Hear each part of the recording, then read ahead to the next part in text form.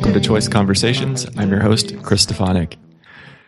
Back on the show for part 2 of the Stefan Molyneux series is Wes Bertrand. Wes, welcome. Hey, Chris. Thanks. Yeah, part 2.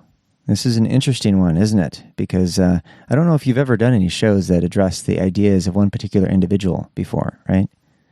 Probably, but not. Usually it's like, hey, look how great this guy's ideas are. Yeah. It's done from that angle. And a lot of people, myself included, have mentioned the helpfulness and insightfulness of the stuff that Steph has done in the past. And I guess that gives rise to why it was a point of interest for us to talk about these ideas and how disconcerting it's been to see this so-called fall of Stefan Molyneux, which was the title that you gave the show, and we had a disagreement on that, right?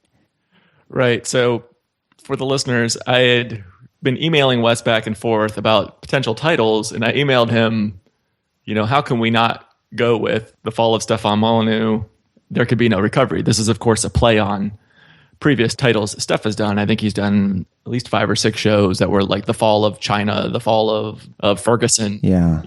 The dollar, lots of falls of things for sure. Right. So it was a play on that. And Wes replied back, like, I forget what it was, but it was essentially affirmative. And I thought he was serious. He thought I was joking. So you had a problem with that title. Yeah, you weren't joking. I was kind of joking a bit. I was like, NVC trainers call enjoying the jackal show. Mm. And so these over-the-top titles that Steph has given his shows, this is kind of given Steph a lethal dose of his own medicine. It's something that triggered me on its face because it's pretty condemnatory, especially the part there will be no recovery. Because, I know that we are immersed in a Christian culture, for one, and Steph was brought up in a Christian milieu, as were you. My dad was Catholic, but I didn't get, dragged to church very often. But this whole idea of the fall is pretty prevalent in our culture, that people fall from grace, and we're all fallen. We're sinners to the core, original sin and all that jazz. And that is so antithetical to psychological integration and health, isn't it? Sure. Yeah, and when I was making the title, we talked a lot about this, of course, and after the fact, rather. We talked quite a bit more about it after the fact than we did before the fact, than before the show was released. But, I was viewing the title as being, at least the first part of it, the fall of Stefan Molyneux, as being a fairly accurate description, not looking at it in a religious aspect of the fall, but just falling down on the ground. A trip and a stumble? Correct. Because, one of the things that we could have named the show that would not have had any jackal connotations to it, right? Would it be something like Stefan Molyneux's use of contradictions, Stefan Molyneux's inconsistencies, Stefan Molyneux's movement from sound reasoning to unsound reasoning? Yeah. And for me, just another way of saying that is the fall of Stefan Molyneux. So I was okay with that. And then that little bit on the end where there will be no recovery was just part of the tying it together with the other show titles that Steph had named similarly, so that it would be, a parody show title. Yeah. And one of the things you had said was, well, first of all, I guess, is that true? Can there be no recovery? And I'm like, well, I guess now that I think about it, I think, obviously there's a chance there could be a recovery, but I view that as a very small scenario. What am I going to base that odds on? I don't know. But just in my personal opinion, Steph coming back and saying, you know what, I was wrong, and doing a complete 180, because that's what he's done. His stance on immigration specifically is a complete 180 of what it was before. Yeah, it totally is. So for him coming out and doing a complete 180 and publicly, denouncing these shows, I think that's probably a pretty low odds kind of scenario. Yeah, it would basically tear apart the fabric that they've woven over the last year or two about the mating selection theory, the Freedom Club, all that stuff that is in-group, out-group. Right. And so to come to terms with that is obviously an extensive process. And I think what we're basing the recovery on is the receptivity that the folks at Free Domain Radio, namely Mike and Steph, have towards dissenting views, or people that have concerns and are confused about the things that they're saying that are not consistent with things they've said in the past. And it seemed by all accounts that the receptivity was just not there. So that shows that they're feeling quite guarded and probably upset, reticent to address these things. And I think a title like that makes people disinclined to deal with the contradictions that they may have found appealing at one point or another. I mean, the people that follow Stefan are pretty devout, I guess I could say, to the overarching idea of personal and political freedom and the philosophy being promoted there. And to point out contradictions in what's been said is not typically noted. I mean, you listen to some call-in shows, and some people do call in with questions regarding concerns they have, but there's this overarching sort of deference to what Steph is saying and the views that he endorses regarding the general gist of what Free Domain Radio is about. So I just, I wrote to you and I said, this is kind of like a flashing neon sign of distraction from the content of our show and the message that we wanted to convey, and we did convey, about consistency and a principled approach to these ideas about freedom and so forth. And so I think that people that are probably the least likely to listen to our show would be the most put off by a title like that, and use that as a way to discount the message that we were delivering. I guess it points to what the goal was in terms of who our listeners were going to be. And that was one of the things that I thought about after you raised some concern over the title. I said, what was I really trying to get out of this episode? Was I trying to convert Steph and Mike to get them to see the light? No, I really didn't view that as a very likely scenario. Was I trying to show the way for the current FDR listeners? And the more I thought about it, I was like, no, really I wasn't. I really didn't view that as an area where there was going to be a lot of fruit. Maybe I'm wrong, but I thought most of the people that are there listening to FDR. They're there for a reason. And anything we're saying isn't really going to address those reasons that they're there. They have deeper root causes to why the message of Molyneux appeals to them. The people that would be asking the questions that we're asking, the ones that would be open to this, have already been excommunicated from the group, more or less, or ignored. Yeah, unfortunately, that seems to be the case, and we have firsthand knowledge of that. Right. Yeah, I mean, after we put the show out, I mean, I was contacted by so many people who said, yeah, I used to be an FDR listener, and they totally excommunicated me just because I asked questions. I wasn't even, calling Steph out and saying he's wrong. I was just like, well, wait, can you explain to me how this is consistent, this message here? When he's saying this here and this here, how can I meld those together? I'm just, I'm new to the group. Please explain it to me. And would just get totally kicked out. So ostracism. And I mean, people just came out of the woodwork about that. Yeah. I didn't really view that as what it was. I mean, I think before we did the show, I don't know that I was thinking a lot about that. But afterwards, I was okay, what were my reasons? And really, there was two reasons. One was, in the past, I've had Molyneux on, and several times I've also given him credit for influencing me, for turning me on to a certain idea, like parent effectiveness training. I've just released a couple podcasts on parent effectiveness training. I first heard about that from Stefan Molyneux. Gordon, David Gordon, is it? Thomas Gordon, that's right. Right. So Thomas Gordon is a student of Carl Rogers, just as was Marshall Rosenberg, yeah. Exactly. So there are a lot of parallels between the two. They're very compatible, NVC and PET. In fact, if you're looking to apply NVC to parenting, you can do a lot worse than parent effectiveness training. This is true. I mean, it's a really excellent practical guide for parenting using those same principles as NVC. And I found it much easier to implement than just using Marshall Rosenberg's book, Nonviolent Communication and Language of Life. I felt it was easier to implement. It was a more practical book. Yeah, like these specific strategies to use rather than a whole mindset shift, which takes some psychological focus and understanding and integration. At any rate, Molyneux has many times been acknowledged during choice conversations and even back in the Two Beers with Steve days And with the direction the show was going and how it was really, there's really a lot of embedded hate in this in-group, out-group stuff. Molyneux is at war. He's got that series, Gene Wars, where the Ks are at war with the Rs, and one is trying to eradicate the other. And like I said in the last show, I mean, to me, it really seems like a philosophy or some pseudoscience that could be used to support a neo-Nazi type movement. And I felt like I had to publicly, very explicitly disassociate myself with Molyneux because of the direction the show has gone and things I'd said in the past. So that was like the primary reason why I wanted to do this show. And the secondary one is I thought, hey, this is a topic. It would be that would get a lot of downloads. It'd be fun to talk about, first of all, and it's something I need to do to create that space between where Molyneux's at now and the things I've said about him in the past.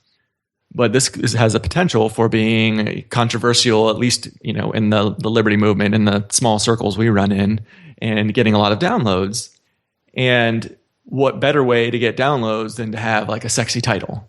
Yeah, clickbait, as they call it in the marketing business, right? Right. And I've seen this several times in my shows in the past. Every now and then I'll title a show and I'll be like, oh, that was a damn good title.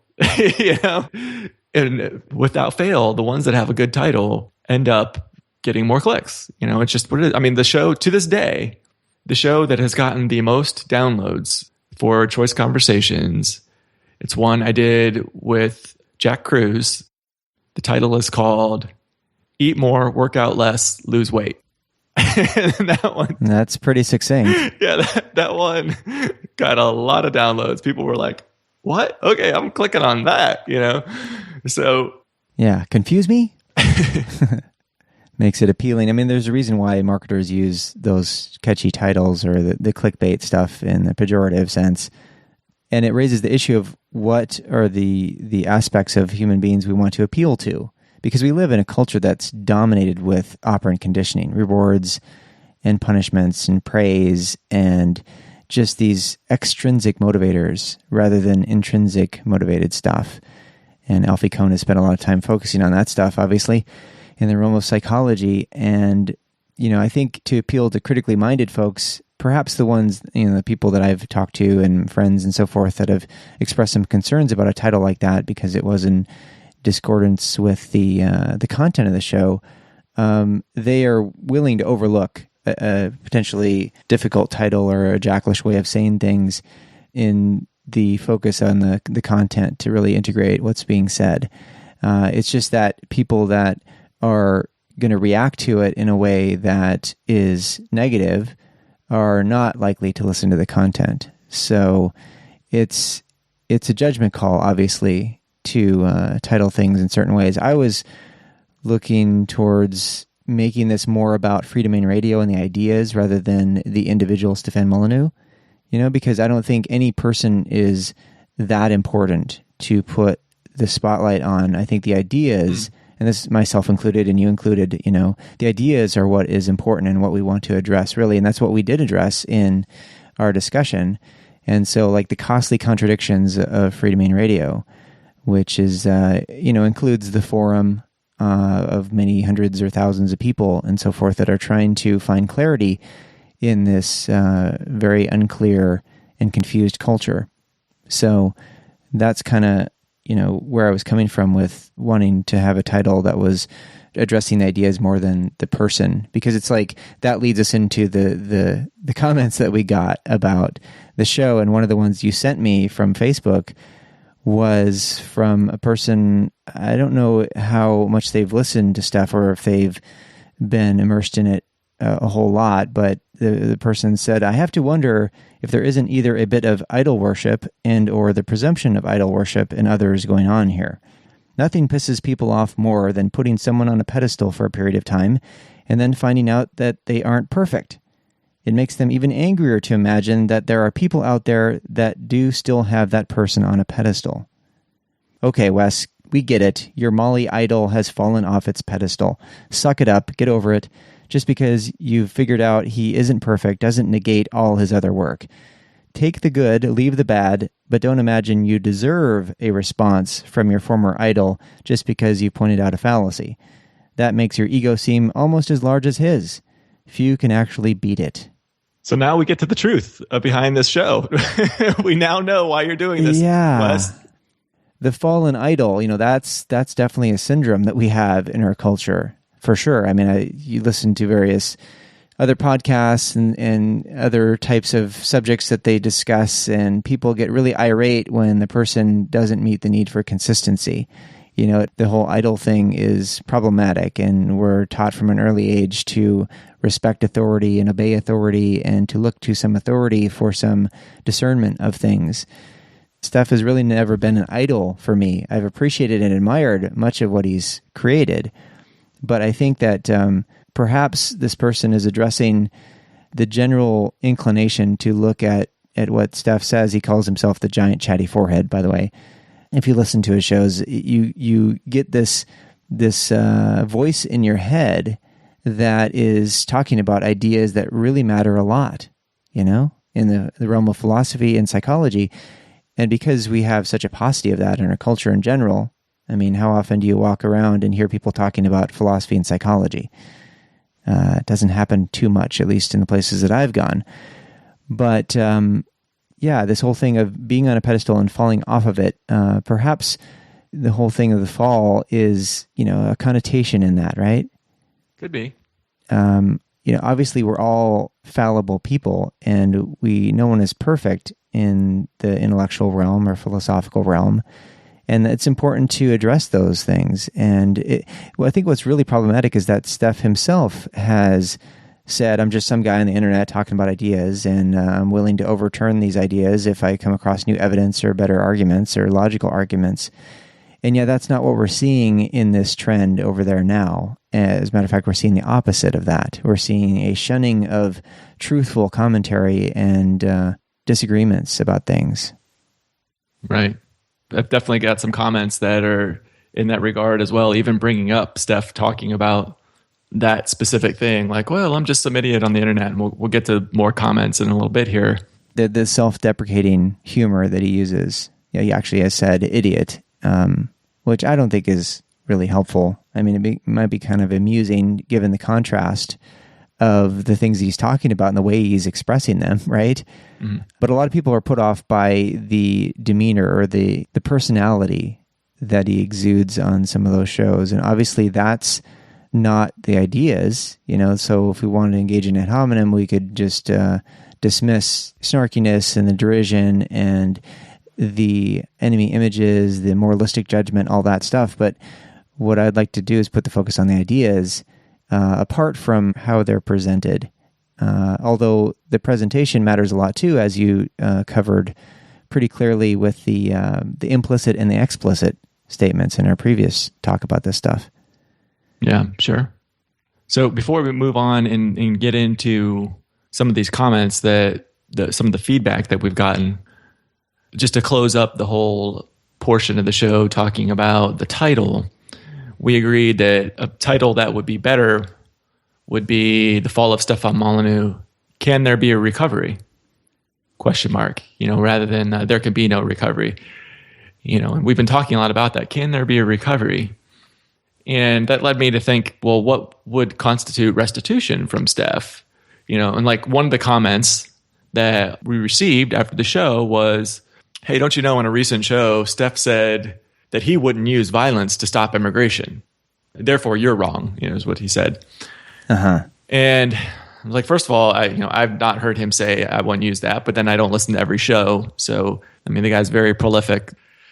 So it's hard to keep up with everything he's ever said out there. But that's kind of the point, is that he says things that contradict themselves. Yeah. So there's at one point he's saying, I wouldn't use violence. You shouldn't pick up the gun in the room. That's what governments do. And then in others, he's saying, vote for Trump, at least implicitly. And we need to build walls to keep out these R's, coming from Mexico and the like. Yeah. But what would constitute restitution? Because they're saying, when you're like, well, would he need to explicitly retract his statements saying that he supports Trump? And they'd say, well, didn't he just do that by saying, I do not support the use of violence to stop immigration? Well, there's lots of people out there that wouldn't use violence themselves to enforce a imaginary border, but they are in support of people that do. So it gets back to the whole ideology that's being promoted over at Freedom in Radio, which is in-group, out-group, that we need to fear people coming from other places that aren't part of the Western civilization group, that aren't part of the, quote, Freedom Club, which is so nonsensical. The Freedom Club itself, as a package deal concept, it really needs to be taken apart and looked at from the perspective of voluntarism. And when you do that, it doesn't make any sense anymore. So again, these package deals that lead to a collectivistic approach to culture and trying to live in a society, that's all things that need to be dispensed with for them to get back on track. But they've seemingly made a case for all this stuff through a bunch of statistics. Steph has show after show where he puts up these slides that show all these statistics. And, there's three types of lies. There's lies, damn lies, and statistics. So to look at the statistics objectively rather than with confirmation bias is a task in itself, because a lot of these things are coming from biased organizations or from the government, and statistics itself doesn't lend itself to talking about individuals. It's just groups, by definition. So why are we talking about groups when we're advocating an individualistic philosophy? Or more specifically, why are they talking about groups when they, in the past, have advocated an individualistic philosophy? So that's one of the things that needs to be reconciled. And somehow collectivism doesn't get distinguished from all the things that are really helpful in their message. So there's just a lot of confusing rhetoric that's being used and not a lot of focus on how we can resolve these contradictions and present rhetoric that is consistent and clear. And it seemed to be a priority in the past, but lately it's not that way. So recovery would entail dealing with all of that and coming to terms with the motivations involved in going off the rails like this. So it's not a question so much of are they correct or incorrect in their views and their consistency, but rather why have they been so inconsistent? What has motivated this process of going off into this realm of collectivism? And I think that's the conversation that they don't want to have, because that would be sort of admitting defeat or admitting that they were wrong. And when we're in the mode of thinking in the Jackal way, the moralistic judgment, right, wrong, good and bad, evil, and all that, it's very difficult to come to terms with mistakes because your self-worth kind of hangs in the balance. Your self-esteem hangs in the balance. Your view of yourself as a person who can be resilient in the face of fallibility is diminished, if not just completely, demolished with the moralistic judgment. Right. So people end up getting really defensive about things and building stone walls rather than building bridges of empathy and understanding.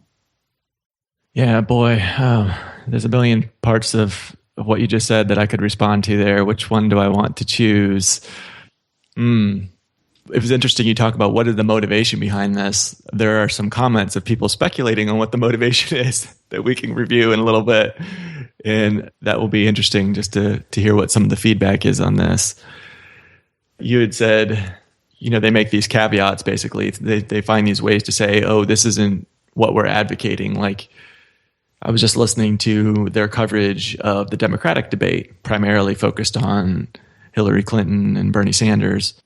That's pretty much like shooting fish in a barrel, don't you think? Yeah. Well, at the end, they said, people give us criticism for pointing out what is wrong, but not providing any solutions. And they're like, well, we have solutions. There's a book on the site called Practical Anarchy.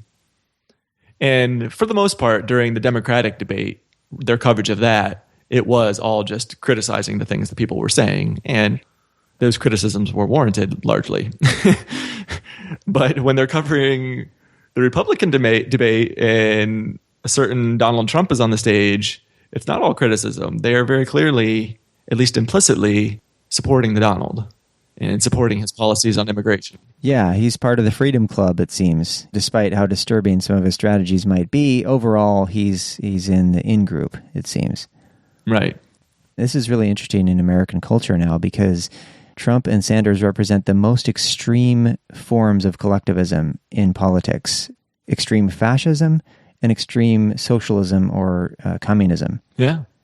It's really the Browns versus the Reds. It's gotten to this point, Chris. Yeah. It's gotten to this point. I mean, that's what the election could turn to. I mean, it's a kind of scary thought. So, and another thing you had talked about is, these statistics you keep citing that are from questionable sources and the like.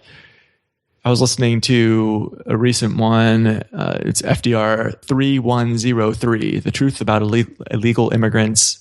Was Donald Trump right? Yeah, I listened to that one too, unfortunately. Yeah, and towards the end of that, he says, if you don't agree with me, tell me where the data is wrong and I'll apologize. We need to have a discussion based on facts. Yes, we do.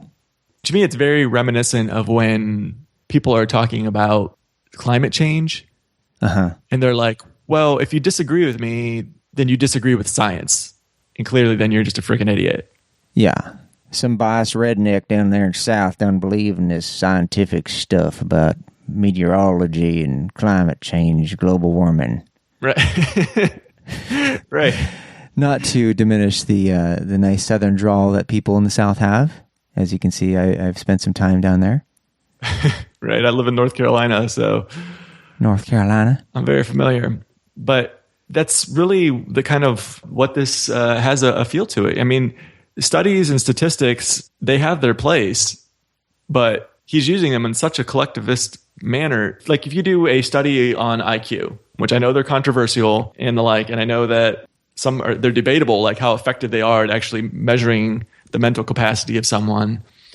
But let's just, for the sake of the argument, let's just accept right now that you have a test that you feel pretty comfortable about its ability to really assess someone's intelligence. Mm-hmm. And you find that for this one group of people, on the whole, on the average, their IQ tends to be lower than this other group of people. Now, when you sit down at the table across from someone from that group of people, what does that study tell you about them? It tells you absolutely nothing. Correct. So that's what it tells you. Their IQ could be genius. It could be 70. There's no way of knowing based on the study about what the individual across from you, what their IQ is. Yeah, because they haven't taken the IQ test. IQ is how well you've done on an IQ test. That's what that is. Well, I mean, but even still, you give them the sheet and you say, okay, what do you think the results are going to be? You don't know. You could say, well, the average for their group is 90, but then you get the results back and it's 110. Yeah. I mean, each individual is an individual. And this whole thing about IQ, like Steph is very much, in case those who aren't familiar with the argument, Steph is saying one of the reasons why we don't want immigration, why you don't want open borders, is the people that are coming in are lower IQ. Yeah, they'll ruin our culture. They'll degrade the brilliance of our culture. Even though our culture is a semi-fascist welfare state. I mean, maybe a full fascist at this point. But, Steph has always said you have to universalize arguments, right? So you wouldn't just say, well, an incoming group shouldn't be allowed in. You would apply that to everyone. It wouldn't be just because that's kind of arbitrarily selecting this group that's in another geographical location and applying it to them rather than applying to everyone. I'm sure you have people on your street that have a lower IQ. Do we need to deport them? Or, children have a lower IQ. Elderly, often the brain is part of the body. And as the body breaks down, a lot of times the brain does too. And the elderly, their IQ can drop. Does that mean as their IQ drops, they're like, well, they're not good for what we have going on here in America. We got to get rid of them, put them on a boat and ship them out. Or you tell me. I mean, you can't universalize this argument without seeing that it's ridiculous to do this kind of discrimination based on IQ. Or if that's the case, even if it is based on IQ, we're not going to let people in from Mexico because they have a low IQ. It's like, okay, well, you wouldn't just say we're not going to let people in from Mexico or whatever. What you would say is, okay, anybody who's trying to enter the country, we're going to have IQ tests, and they have to meet a minimum score on that. But he's not even advocating that. You know what I mean? Yeah, it's all ridiculous, and the implications are monstrous.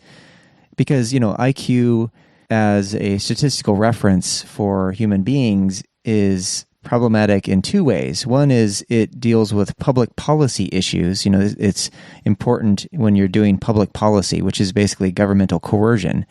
So all the people in universities and so forth that have been dabbling in IQ are very aware of public policy issues and how government is going to step in and make things fair and equally distribute intelligence or benefits for people who have less, and try to bring up their environmental situations so that they can have higher IQ and all that nonsense. And the other aspect that's problematic is that it feeds stereotypes and bigotry and racism, essentially.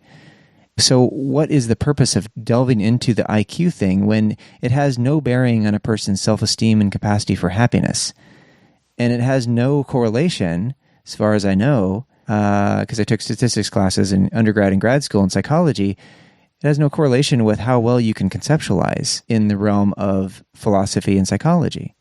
So I've gone to Mensa meetings. Like in San Diego, I went to this Mensa meetup. I was the only non-Mensa person there, as I recall, by special invitation. And pretty much every single person I met there was an advocate of statism, right? So Mensa is this organization. You are in it if you have an IQ. I think it's 2 standard deviations above the mean, isn't it? I'm not sure. Anyway, it has no correlation with how well you're thinking about voluntary interaction between and among consenting human beings. And that's the name of the game here. Like, that's what we're talking about. If we run a show talking about freedom and philosophy, we need to focus on the fact that people are really confused and unclear about freedom and philosophy. So why would we delve into a realm that's a big distraction, basically, from these ideas about individuals and their ability to acquire personal and political freedom? Yeah, I agree.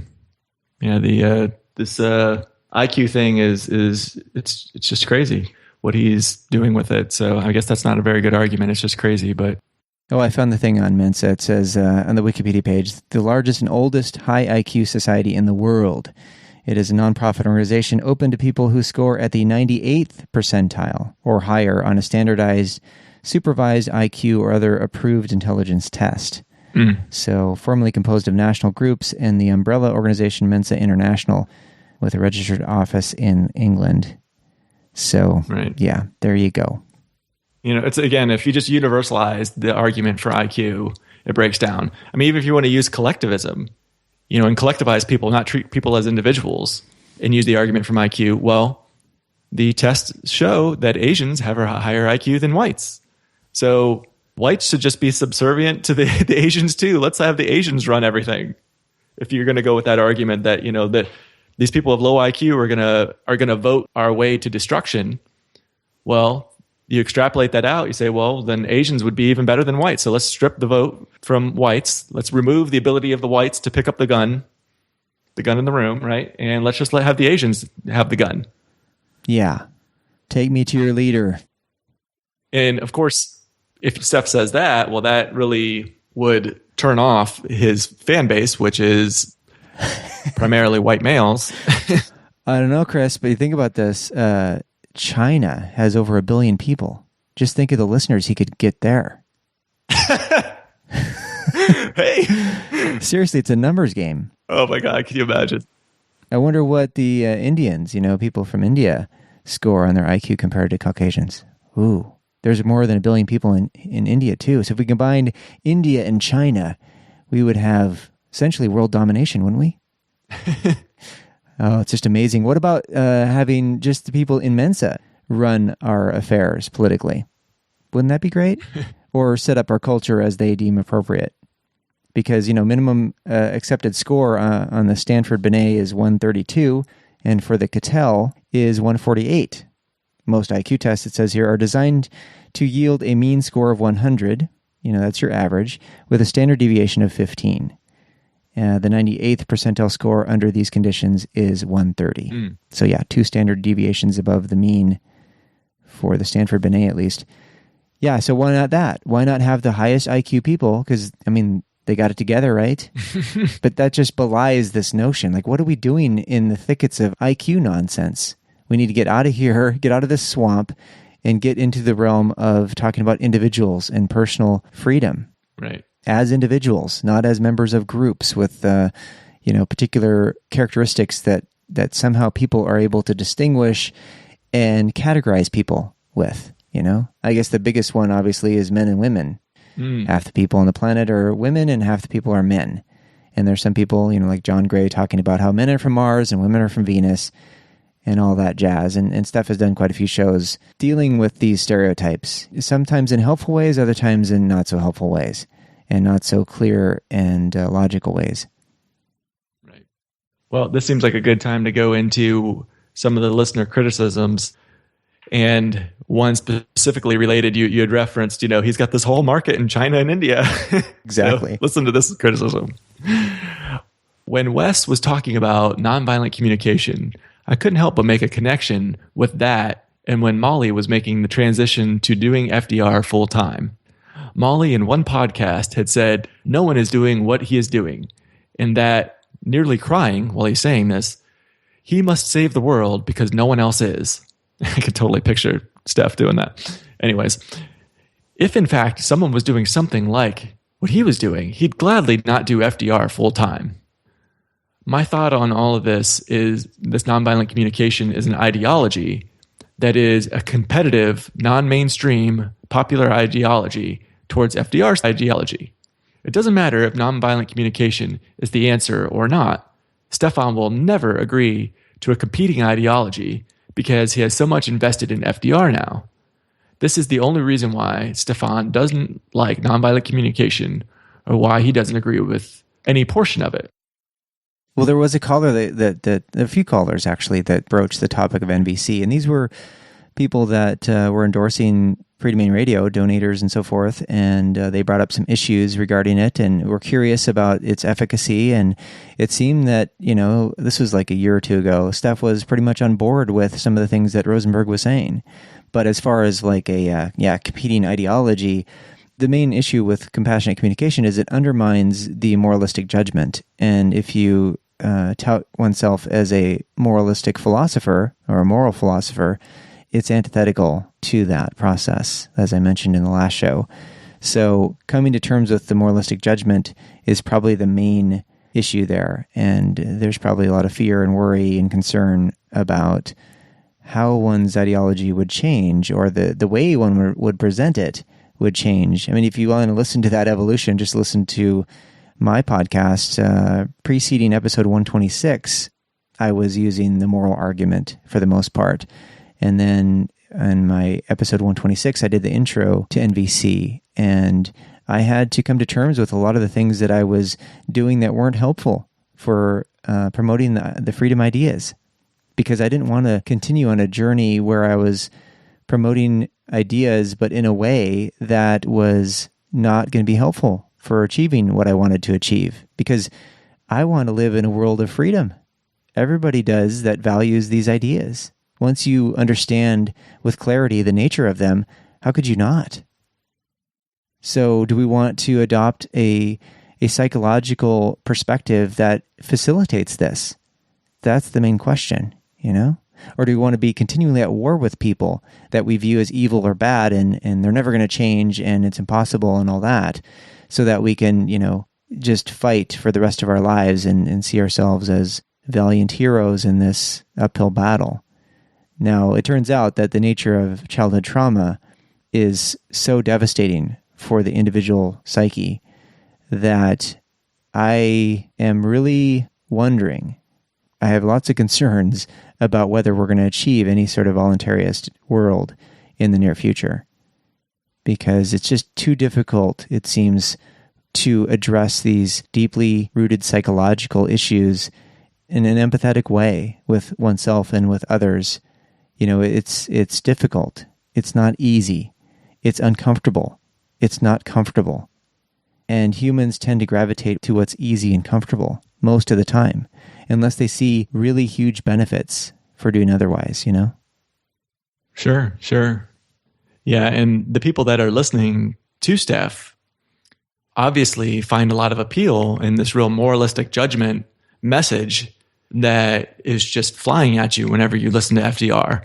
You're constantly being hit by this message over and over again. It's a barrage. Yeah. And if he switches from that to saying, you know what, moralistic judgment isn't getting us anywhere, it's not effective, let's try to connect with people, how many of his listeners would he lose? Which would then impact his bottom line. He relies on donations for his income. his wife works as well, but still, there's definitely a good portion of his income, I would think, is coming from his donations on the show, which leads into the next listener comment. Stefan has been saying for years that he doesn't want to do advertising because he doesn't want his message to have to conform to the standards of his advertisers. I get that, because that could be an issue with the kind of advertising that Free Talk Live runs during their shows, as I know they've had advertisers threaten to leave. However, the ads YouTube serves are automatic and random, which means it doesn't matter what your message is. But here's the irony. His recent blatant pandering to a conservative right-wing Republican audience is proof that he's changing his message to conform to those who donate. So what's the difference between changing your message to conform to the standards of your advertisers, like Free Talk Live has to do, or changing your message to conform to the standards of right-wing nationalists? There is no difference. The creepy thing is that his populist talks about immigration are attracting an overtly racist crowd, with many claiming to be white supremacists. I know this to be true based on many comments that are being left at his YouTube channel. Yeah, the YouTube comments. That's where intellects go to die, I guess. Tragic expressions of unmet needs go on in YouTube comments, unfortunately. But I think that's a really valid point, that when you're beholden to people giving you money, and if you change your tune, you're not going to get the money from those people, there's a tendency for bias. So how do you avoid that? That's kind of the question, isn't it? And how do you keep open and receptive to dissenting opinions and really checking your premises for your own potential biases? I mean, I think that the people who've tried to reach out to Steph and Free Domain Radio about their concerns are wondering whether those concerns are just falling on deaf ears at this point.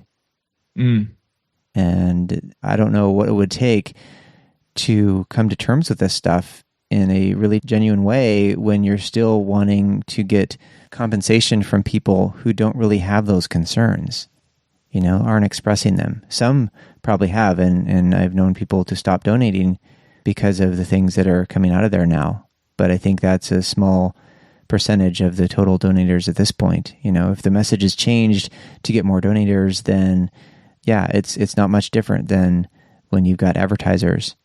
Unless the advertisers say, you can say anything you want as long as you plug our stuff, which is a really amazing thing to hear on a podcast called the Duncan Trussell Family Hour.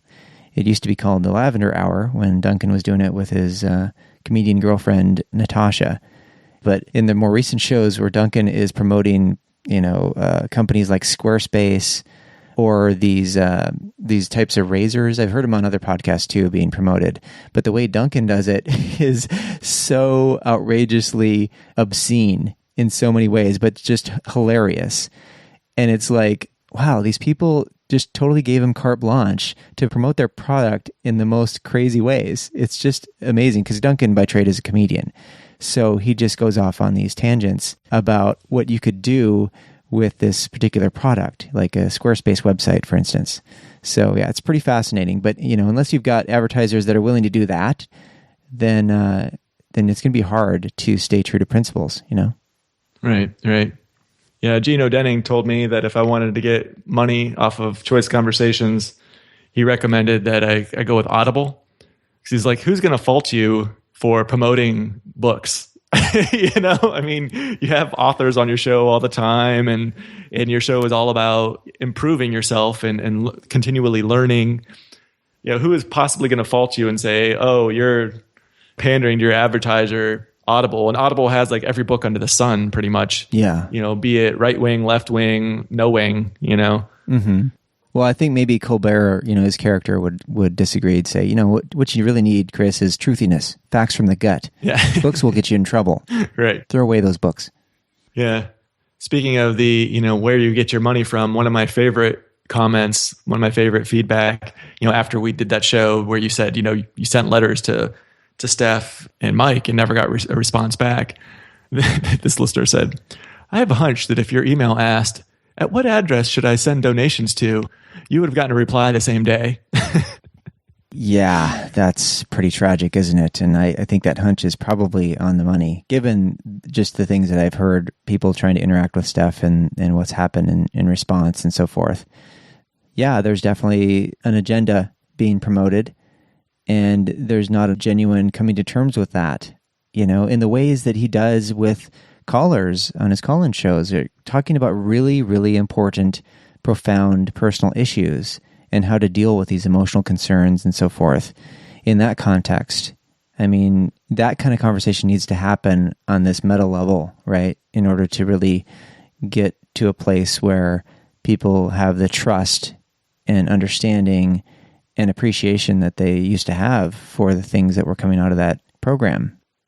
Which is not to say that it didn't have flaws to begin with. I mean, it's like that listener or the commenter that wrote that, he's fallen off the pedestal.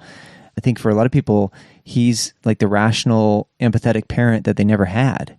If you really get into the show and you start listening to these things, it can have a profound influence on people's psychology and their yearning for an understanding that they never got when they were kids.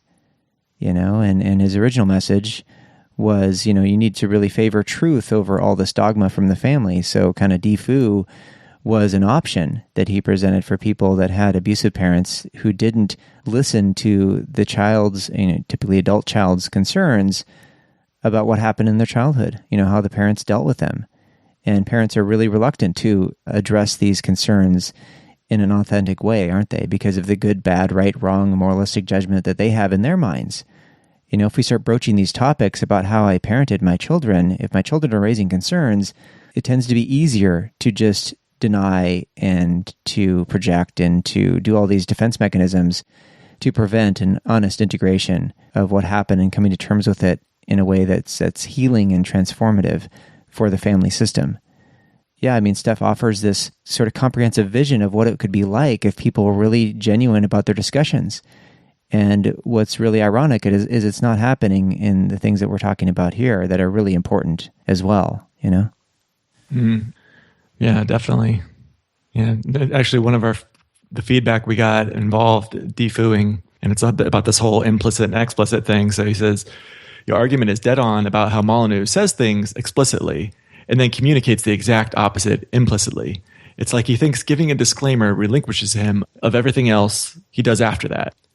He most egregiously uses this tactic on the topic of defooing, in which he'll say something like, of course I'm just some guy on the internet, so I may be talking nonsense. You should see a therapist if you want real professional advice. Now with that noted, let me spend 2 hours making these massive assumptions about your life and how your parents abused you and how you really felt when you did X and Y. And this is all fine because I said you should see a therapist. Yeah, and he's just some guy on the internet. Right. I guess there's a reluctance to take responsibility in this realm of the therapeutic stuff. Even though, his wife is a therapist. There was some controversy about her on the shows early on. I think those have been stricken from the feed because she got in deep water with the board, the psychological board in Canada, the licensure laws and all that nonsense. I thought the shows that she did with Steph were really interesting and helpful for people, talking about these psychological issues from a therapeutic perspective. But oftentimes what he talks about in these call-in shows is akin to therapy in the sense of the conversations of what people talk about in therapy, Right. Therapy entails a more continuous process of connection with these inner parts, though, over weeks and weeks, rather than just one call into a call-in show. So I guess in that respect, he's offering more philosophical therapy or moralistic therapy than psychological therapy. Well, to his credit, he does recommend that people go see a therapist. He does recommend that people read Nathaniel Branden and do the worksheets and journal and things of that. So indeed, again, a lot of the stuff in his message is really spot on. But, I did find where he implicitly, or not implicitly, he pretty much explicitly said devote. So this was in FDR 3103, The Truth About Illegal Immigrants, and was Donald Trump right? It's around the 49-minute mark. If you feel the government is way too big, you got to link arms with people, you got to push back, reduce the size and power of the state, which is a brutal battle. Reducing the size and power of the state without an outright civil war or foreign invasion or interstellar invasion from people who want to eat the brains of liberals but will still leave hungry. You need to link arms with like-minded people and commit to really pushing back the size and power of the state in a peaceful, democratic, electoral fashion. That's the reality. So he's saying you have to unite arms with like-minded people and push back in electoral fashion. Now, to me, that's explicitly saying go vote. You can't get any more explicit than that. Yeah, that one and the one on empire and colonialism, where he says that one of the reasons that people get conquered in these third world countries or developing nations and stuff is because they suck. Their culture sucks, so therefore it invites the brutality of imperialism, which brings about all these collective goods, better infrastructure and public services, and just revamps their culture to a more advanced state or progress, overlooking all of the horrendous things that happen with imperialism and colonialism. People suffer and die en masse during these interventions. So looking at the opportunity costs is somewhat absent from his analysis, and it's really off the rails. It's really into the realm of collectivism, and his statement there that you read is part and parcel of this promotion of these in-group, out-group memes, and basically leaving out the alternatives, because he's offering a really selective approach to how we deal with these problems, even if they are problems. There's a lot of dispute about how cultures change with immigration. And actually, Powell was on Free Talk Live this last week, I think it was, and he talked about it. He's got a new book out about immigrants and immigration, which you might be able to put in the show notes, because he spent the better part of a decade or two talking about these ideas with various people, different conferences and so forth, and panel discussions. And so I think he's gleaned a lot of important empirical information that the folks at Free Domain Radio are just kind of missing out on.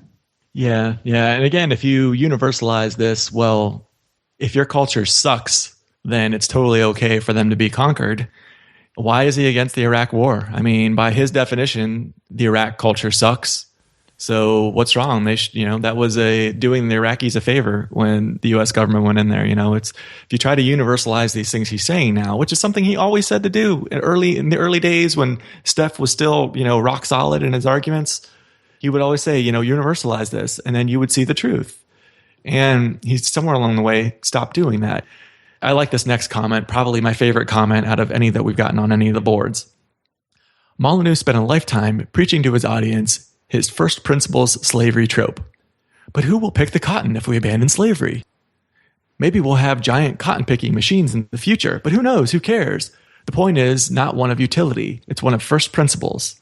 Slavery is wrong, so we abandon slavery on these grounds alone. Yet on immigration, he has yet entirely abandoned first principles. Now it's a matter of maintaining laws, regardless of the suffering this may well cause. And death. Yeah. Yeah, argument from effect rather than argument from morality, which again is steeped in the moralistic judgment stuff. So it's not nearly as helpful as talking about needs fulfillment and the sacrifice of needs through really tragic, costly strategies, which are endemic in politics. So looking at the world and cultures in terms of individuals is the opposite of looking at the world in terms of groups. And using lots of stereotypical perspectives on groups of people. That is just leading us down a path that we've always been on this path as humans. And just now with the internet, all the spread of information, at your fingertips on your phone, you can access the world's knowledge. Now, how is it that people are not able to see clearly about the contradictions in the world's knowledge? Well, it's by folks offering arguments that don't get to the first principles, that don't strike at the root, that don't provide the conceptual clarity that we need to make sense of all these different beliefs.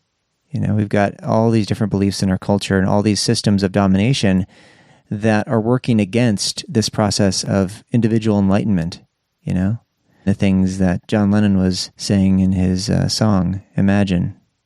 Yeah, so Steph is getting away from first principles, and in the process is also filling his show with contradictions. So again, the show FDR 3103, he talks about being against open borders because he said Hispanics, again, these questionable studies, the polls show that Hispanics want larger government. So we can't let them in, right? So the answer here is we expand the size of government and the power of government and allow them to have all this power and control and build a wall in the area of immigration so that we can stop government from expanding its power and size. Yeah, which means that we're somehow okay. If we adopted this view, we'd be okay with the tyranny of our government as long as they're on our side and they're against the outgroup. And that is the recipe for war and disaster for economies that human beings have been mired in for centuries. So it's not any different than what's coming out of various totalitarian regimes or various democratic regimes where people are just fighting for their slice of the cultural pie or their nation-state pie and not looking at the individuals involved in these processes. I mean, collectivism is a really, really dangerous viewpoint, and it's as dangerous or perhaps more dangerous when it's offered alongside or packaged with ideas about individualism and personal freedom. What's basically being said is that you can achieve personal and political freedom through collectivistic ideologies or collectivistic policies. Because I think they would all agree over there that they want a world that's stateless, a stateless society, a free market. Well, what are the means by which we get there? Coercive? That's politics. They're advocating a collectivistic cultural means as well. Like, it includes stereotyping people and ostracizing them based on non-essential differences and internal differences like IQ too. It gets back to the whole nature of self-esteem and happiness and how you can achieve personal fulfillment in a world that's dominated with ideologies that are against the person. You know, we want the world to be united, obviously, in these ideas of personal freedom and philosophical enlightenment and awareness of all these things that we talk about. And how do we get there? That's the main question. We don't get there through contradicting the nature of that process within ourselves, through lending credence to the fears and worries and concerns we have about other groups of people destroying what little freedom we have presently. I get this sort of view that there's a comfort in the status quo, in a sense, compared to what could happen if this influx of immigrants from this country or that country comes in and ruins things. I mean, you definitely get that vibe from the conservative, the Tea Party folks, the people that, just want to protect the border. Like, there's actually residents going down there to supplement the border security because they are so adamant about keeping their culture intact here, Oh my God. and overlooking all the other things that are going on in this culture that are really unhealthy and harmful for individuals. Yes, clearly that is the best use of their time if they want to make the world a better place. Sarcasm. I detect sarcasm. All right. So, speaking of something that can be detected in a conversation that might be harder to detect on paper, sarcasm doesn't translate well to text on a page, right? So, probably the single biggest thing I got back in the criticism, and this was largely from like the FDR community and the like, was just like, okay, Steph probably never read the letter. So, you're saying all this stuff. He probably never read the letter. He gets tons of emails, and your email was really long. If I received an email this long, at best I might just skim it. And when I skim it, I'm going to see right away that you're so condescending and judgmental. I would have just deleted it too. So, he probably didn't read your email. And if he did, he's under no moral obligation to respond to you. So what? So what are your thoughts on this? Seems there's some psychological double standards going on. Do tell. Well, condescension and judgment are really rampant on Freedom in Radio. I've seen it on the boards. I've heard it on podcast after podcast. It is the bread and butter of the show, and it's done with this righteous indignation. If we're going to get in the realm of Jackal and talk about things in this moralistic way, it's just not helpful. And I tried to convey this stuff in the most clear and non-judgmental, non-ad hominem way. I mean, that's why I took issue with the title. Part of me really was concerned that it would, give fuel for the Jackal fire, essentially, within people in this world of thinking right, wrong, good, bad. And how can I defend my perspective from those who are bad or wrong? And I think that's just part of this culture that we live in, unfortunately. And, the fact is I've corresponded with Steph in the past and Mike DeMarco in the past I'm not a donator. I've promoted their shows. I've linked to his shows in previous podcasts and so forth. And one of the reasons I'm talking about this stuff with you is I think it's important for people to understand that people are composed of many parts, and there's various parts within these individuals at Freedomain Radio that haven't been given the compassionate connection that they need in order to overcome this sense of defensiveness about what their perspective is.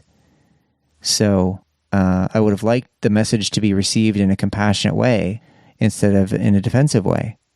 And everyone is totally free to offer their opinions on how that's done.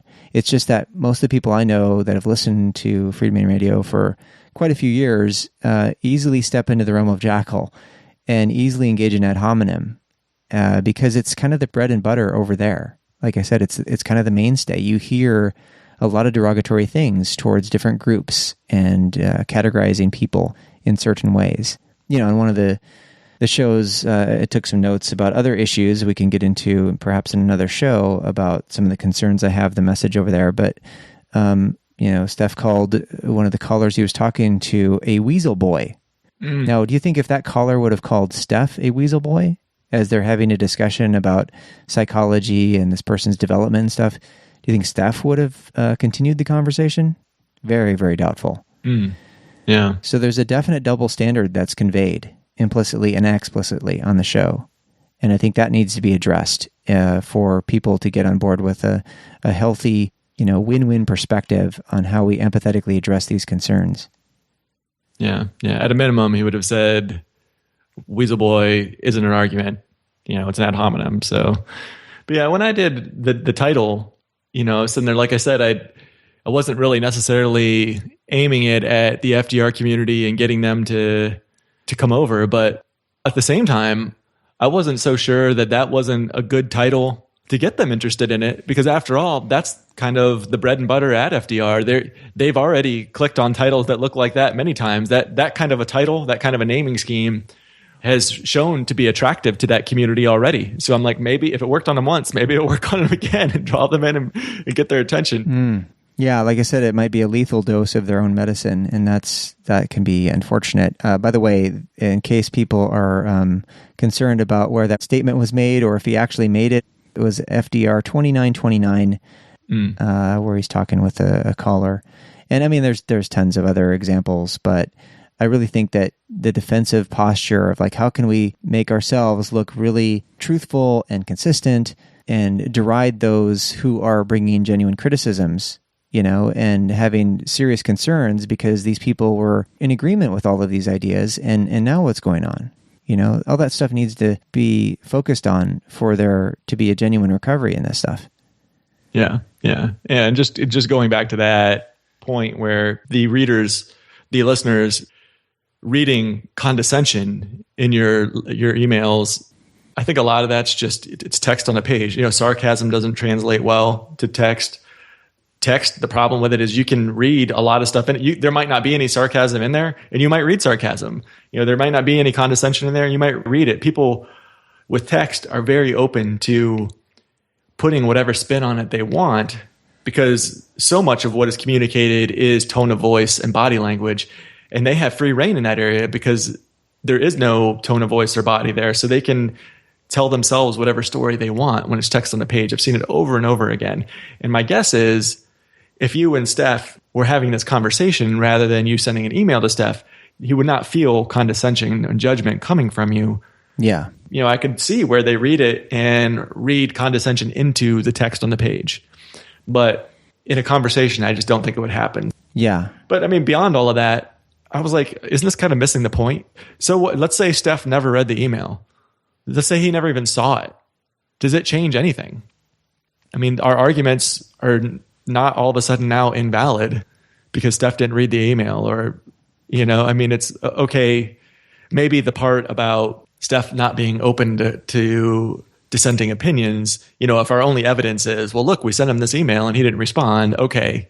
Some of our evidence is a little shaky there. Now I would say that we have more evidence than just this email and the lack of response to it, because people have been coming out of the woodwork saying how they got excommunicated. And I know people personally who've been excommunicated. And I was excommunicated for posting this show, like on the FDR board on Facebook. They banned me in about 2 seconds. Mm-hmm. There is other evidence there. But again, it's missing the point in all the other arguments that we made. Okay, maybe we don't need to spend a lot of time on the Steph being open to dissenting opinions or not. I mean, that's not really even close to being the most vital part of our message.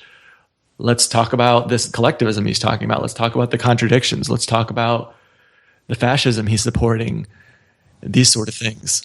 Yeah, why has the message changed? That's the main question. And their response typically is that the message hasn't changed. I don't know what you're talking about. That's what one of my friends got in response when he reached out and wanted to have a discussion. And he actually called Steph and talked with him, and turned out that Steph did not see the emails that I sent because, again, Mike is in charge of those things. And he said that he'd look at those, he'd touch base with Mike to see what was written, and I just suspected that once he saw those things, there might be a tendency to double down and not to engage, because of the things. This was actually after we had posted part 1. And I suspect he probably saw the title and just thought it was another one of those haters out there, because there's actually whole websites that have been created against FDR, against Stefan. Whole communities have cropped up. Yeah, the FDR Liberated is well known for that, and there are others. Yeah, and they're not averse to engaging in ad hominem, unfortunately. And they kind of go off on tangents and side roads that aren't really essential. Yet there's a lot of information there that is credible about what the concerns that people are having about this stuff. And, this is all pretty inside baseball stuff, like what we're talking about here. If a person that had never heard of this community or this podcast had stepped into this conversation, they'd be like, what are you guys talking about? Why is this so important?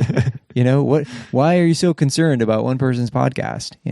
It's just that there's such a wide reach that he has had and such a huge impact on people's sort of personal development, because again, people that gravitate to Free Domain Radio tend to see him as the rational, empathetic parent that they never had. And in this culture that can be in short supply. So there's a tendency to put this person on a pedestal, like that one commenter said, and to be really distraught when things are not what they signed up for, essentially. Right. So what happens when people sign up for that? I mean, he's got this whole sort of hierarchy of donators in terms of how they categorize themselves. Philosopher kings are the ones that are the top donators, and then the gold donators and the silver donators and all this stuff. So there's this pecking order that's created psychologically. And what happens when you're a philosopher king and your fellow philosopher king that runs the show is endorsing the philosophy of collectivism at this point? How do you reconcile that? How do you deal with it?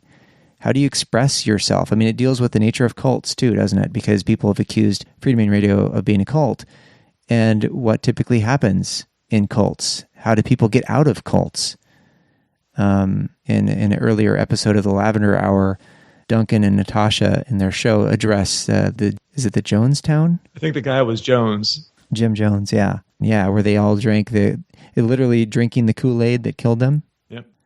Yeah, that's an interesting episode. And Duncan uses his typical metaphorical wit and humor to address the nature of cults and how he does not want, because people have said on his show that you could be a cult leader, man. The things that are coming out of your mouth, you're talking about, metaphysics and existential philosophy and all this stuff about how do we get attuned to our true selves or our basic understanding of what we are on this planet, these bags of meat walking around that are composed of all of this inanimate matter that's somehow animated now and has all this energy that can, go in different directions. How do you deal with all that stuff? So, it's an interesting journey that they're going on with all of that. But how do you get out of it when you're in it so deep? That's a big issue that many people that are early adopters of the Free Domain Radio thing have had to deal with, and a lot of people have just left and dismissed, like that commenter said. We didn't dismiss or discount any of the truths that have been offered there because they're really important, and they stand the test of time. But when the message has changed, the focus is no longer on those truths, is it? when the truth is no longer put in the spotlight, when collectivistic notions are in the spotlight, it doesn't discount those past truths. It just has you scratching your head and wondering what the hell's going on. Right. Yeah. So I think it's just important to look at the nature of how people get really wedded to an ideology and a cult of personality, if you will. And I think Steph is kind of... you want to get that? Is that him? He's calling. Finally, we've built a bridge. Go ahead. But there's a tendency not to discount the cult of personality over at Friedman Radio too. I mean, on the one hand, he says he's just some guy on the internet. On the other hand, he's talking about ideas in a way, and the content is such that it lends itself to people really becoming devoted to this perspective. But what happens when that devotion turns into sort of blind obedience and being really reluctant to talk about things that need to be talked about, to address concerns right off the bat? I mean, I see it on call-in show after call-in show where something will be said and Mike doesn't speak up because he knows that can cause discomfort, uncomfortableness. What happens when I start voicing my concerns in the face of an authority? And people do defer to Steph's authority. And so when we show deference to authority, which all of us are used to as children in family systems, what happens when we don't defer to authority anymore? What happens when we have conflict with authority? Well, in this culture, we're typically punished or shunned or shamed or blamed or something that is really uncomfortable. So we have this tendency in this culture to go along to get along. And in the realm of ideas, philosophical ideas and psychological ideas, it's really important to stay centered and balanced, or to find ways that you can connect with people to help you stay centered and balanced, rather than just deferring to an authority and not speaking the truth to power, you know? I couldn't agree more. By the way, that show from the Lavender Hour is called Lavender Jonestown Massacre. It's a change of pace from the typical stuff that we freedom lovers listen to. But I think that Duncan's heart is in a place of real desire to have a world where people are healed. And unfortunately, he kind of engages in a lot of the psychedelic outlets to do this, you know, thinking that if people just did LSD, if they ate psychedelic mushrooms, then they could probably tap into a part of themselves that has been lost in this culture. And that's an open question, right? I mean, I think the psychedelics can connect the parts of self that have been really estranged and disowned in ways that are really interesting, from what I've heard on various shows talking about, you know, the effects of ayahuasca or ibogaine or the mushrooms or even marijuana, you know. But as a way of life, I think it's important to be individually resourceful. And we can work on self-esteem and happiness issues through the therapeutic process rather than through kind of like checking out with psychedelics. At least that's my perspective at this point. Yeah, therapy over drugs for sure. The drugs just to me seems more like a method for dissociation. I know they're distinguishing psychedelics from just drugs in general, but I'm wary of that being the answer. You know, because just so many people, I think the vast majority of people are using drugs to dissociate. Yeah, and deal with pain. Right. I don't think that's the way to healing. Yeah, the recreational use of it rather than the therapeutic use of it. But there is a movement that is focused on the therapeutic use of psychedelics to help people reintegrate these past disowned and traumatized parts. So that's an interesting empirical investigation. But again, I think you can achieve it in a really healthy way through all the methodologies of psychotherapy or just self-compassion, self-empathy, self-acceptance. You know, these things can really go a long ways to the inner healing process and lowering our defenses and realizing who we really are, which is this process of discerning things and integrating things and enjoying things. Well, there are about 1,000 other comments that we could look at and dissect, but I think at this point we've covered a nice sampling of some of the better ones. Yeah. Before the show gets completely out of hand as far as time goes, we'll definitely do another show. There's a lot of things we can look at for future shows, maybe going over some of the non-immigration related items that you have on that handy dandy notes you've been talking about. We can dig more into the economic fallacies in regards to immigration that are being promoted on FDR. And I think we need a whole show dedicated to R versus K. It's important. So some potential shows for the rest of the series. Before I let you go, if the listeners want more Wes Bertrand in their life, where should they go? Well, CompleteLiberty.com is the place to find more information about these ideas, for sure. And you can get the RSS feed for the show. And happinesscounseling.com, I have a resources page there that is really, really comprehensive. It contains all the things that I've found to be really useful and helpful to integrate all these ideas and to develop a mindset that is win-win with oneself and with others. Right. And of course, I recommend that the listeners go get a copy of your book. You can get it on your website, Amazon, Audible, etc. Yeah, free to download as a podcast or on Audible as well. Right. So Complete Liberty Inside Out. Check it out. I highly recommend it. Thanks. All right, Wes, thank you so much for coming on Choice Conversations. Appreciate it, Chris. It was a choice conversation. All right, take care. You too.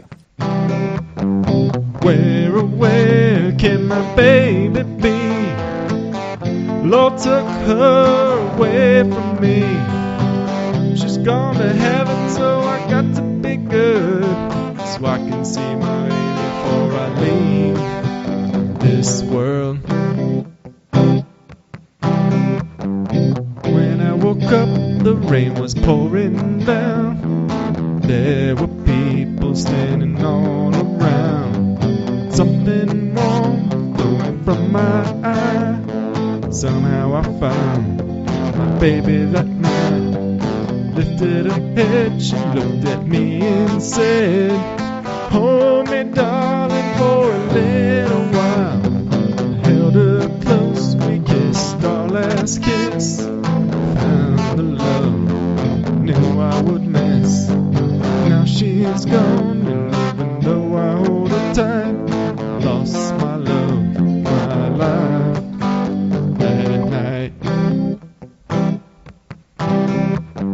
Where can my baby be? Lord took her away from me. She's gone to heaven, so I got to be good, so I can see my baby before I leave this world.